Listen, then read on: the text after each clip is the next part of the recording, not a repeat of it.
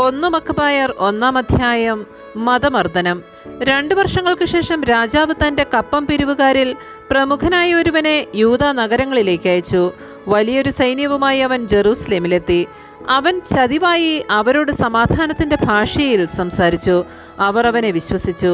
എന്നാൽ അവൻ പെട്ടെന്ന് നഗരം ആക്രമിച്ച് കനത്ത ആഘാതമേൽപ്പിക്കുകയും അനേകം ഇസ്രായേൽക്കാരെ നശിപ്പിക്കുകയും ചെയ്തു. അവൻ നഗരം കൊള്ളയടിച്ചു, അതിനെ അഗ്നിക്കിരയാക്കി അതിലെ വീടുകളും നഗരഭിത്തികളും തകർത്തു. അവർ സ്ത്രീകളെയും കുഞ്ഞുങ്ങളെയും തടവുകാരാക്കി, കന്നുകാലികളെ കവർച്ച ചെയ്തു. ഉറപ്പുള്ള വലിയൊരു മതിലും ബലമേറിയ ഗോപുരങ്ങളും പണിത് ദാവീദിന്റെ നഗരത്തെ അവർ സുശക്തമാക്കി. അത് അവരുടെ സങ്കേതമായി തീർന്നു. ദുഷ്ടരും അധർമ്മികളുമായ ഒരു വിഭാഗങ്ങളെ അവർ അവിടെ താമസിപ്പിച്ചു. അവർ അവിടെ നിലയുറപ്പിച്ചു. അവർ ആയുധങ്ങളും ഭക്ഷ്യപദാർത്ഥങ്ങളും ജെറൂസലേമിൽ നിന്ന് ശേഖരിച്ച കവർച്ച വസ്തുക്കളും അവിടെ സംഭരിച്ചു. അങ്ങനെ അവർ ഒരു കെണിയായി. അത് വിശുദ്ധ സ്ഥലത്തെ ആക്രമിക്കുവാനുള്ള ഒലിസ്ഥലമായി മാറി. ഇസ്രയേലിനെ നിരന്തരം അലട്ടുന്ന ദുഷ്ടപ്രതിയോഗിയും. വിശുദ്ധ സ്ഥലത്തിനു ചുറ്റും അവർ നിഷ്കളങ്ക രക്തം ചിന്തി. വിശുദ്ധ സ്ഥലം അശുദ്ധമാകുക പോലും ചെയ്തു. ജെറൂസലേം നിവാസികൾ അവരെ ഭയന്ന് ഓടിപ്പോയി. അവൾ വിദേശീയരുടെ വാസസ്ഥലമായി പരിണമിച്ചു. സ്വസന്താനങ്ങൾക്ക് അവൾ അന്യയായി. സ്വന്തം മക്കൾ അവളെ ഉപേക്ഷിച്ചു. അവളുടെ വിശുദ്ധ സ്ഥലം മരുഭൂമിക്ക് തുല്യം വിജനമായി. തിരുനാളുകൾ വിലാപ ദിനങ്ങളായി മാറി. സാബത്തുകൾ പരിഹാസ വിഷയമായി. അവളുടെ കീർത്തി അപമാനിക്കപ്പെട്ടു. അപകീർത്തി മുൻമഹത്വത്തിനൊപ്പം അവളെ ചുറ്റി നിന്നു. അവളുടെ ഔന്നത്യം വിലാപത്തിനു വഴിമാറി. സ്വന്തം ആചാരങ്ങൾ ഉപേക്ഷിച്ച് എല്ലാവരും ഒരു ജനതയായി തീരണമെന്ന് രാജാവ് രാജ്യത്തെങ്ങും കൽപ്പന വിളംബരം ചെയ്തു. വിജാതീയരെല്ലാം രാജകൽപ്പന സ്വാഗതം ചെയ്തു. ഇസ്രയേലിൽ നിന്ന് പോലും വളരെ പേർ അവന്റെ ഇംഗിതം സസന്തോഷം സ്വീകരിച്ചു. അവർ വിഗ്രഹങ്ങൾക്ക് ബലിയർപ്പിക്കുകയും സാബത്ത് അശുദ്ധമാക്കുകയും ചെയ്തു. രാജാവ് ജെറൂസലേമിലേക്കും യൂദാ നഗരങ്ങളിലേക്കും ദൂതന്മാർ വശം കത്തുകൾ അയച്ചു. സ്വന്തം നാടിന് അന്യമായ ആചാരങ്ങൾ അനുഷ്ഠിക്കാൻ അവൻ ആജ്ഞാപിച്ചു.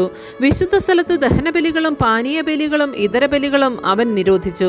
സാബത്തുകളും തിരുനാളുകളും അശുദ്ധമാക്കണമെന്നും വിശുദ്ധ സ്ഥലത്തെയും പുരോഹിതന്മാരെയും കളങ്കപ്പെടുത്തണമെന്നും വിഗ്രഹങ്ങൾക്ക് ബലിപീഠങ്ങളും ക്ഷേത്രങ്ങളും കാവുകളും നിർമ്മിക്കണമെന്നും പന്നികളെയും അശുദ്ധ മൃഗങ്ങളെയും ബലിയർപ്പിക്കണമെന്നും അവൻ കൽപ്പിച്ചു.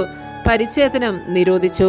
അവർ നിയമം വിസ്മരിക്കുകയും ചട്ടങ്ങൾ വികലമാക്കുകയും ചെയ്യേണ്ടതിന് അവിശുദ്ധവും മലിനവുമായ എല്ലാവിധ പ്രവൃത്തികളിലും ഏർപ്പെട്ട് തങ്ങളെ തന്നെ നികൃഷ്ടരാക്കണമെന്നും അവൻ നിർദ്ദേശിച്ചു. രാജകൽപ്പന അനുസരിക്കാത്ത ഏവനും മരിക്കണം.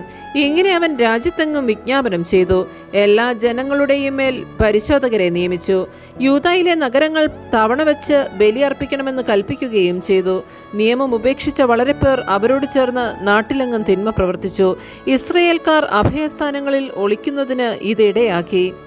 145 വർഷത്തിൽ കിസ്ലേവ് മാസം 15-ാം ദിവസം ദഹന ബലിപീഠത്തിന്മേൽ അവർ വിനാശത്തിന്റെ മ്ലേച്ഛവസ്തു പ്രതിഷ്ഠിച്ചു. ചുറ്റുമുള്ള യൂദാ നഗരങ്ങളിലും അവർ ബലിപീഠങ്ങൾ നിർമ്മിച്ചു.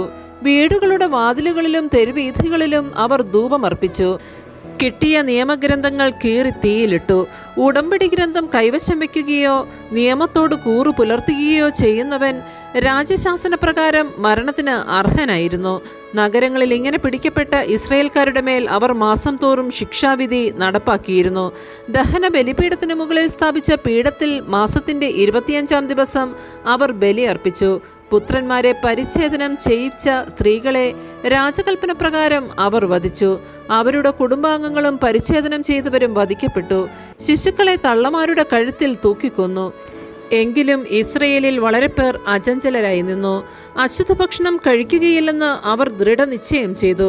ഭക്ഷണത്താൽ മലിനരാകുകയോ വിശുദ്ധ ഉടമ്പടി അശുദ്ധമാക്കുകയോ ചെയ്യുന്നതിനേക്കാൾ മരിക്കാൻ അവർ സന്നദ്ധരായി.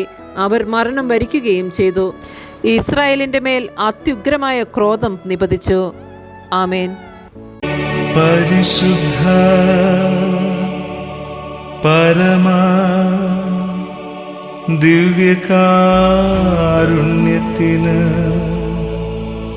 എന്നേരവും ആരാധനയും സ്തുതിയും പുകഴ്ചയും ഉണ്ടായിരിക്കട്ടെ.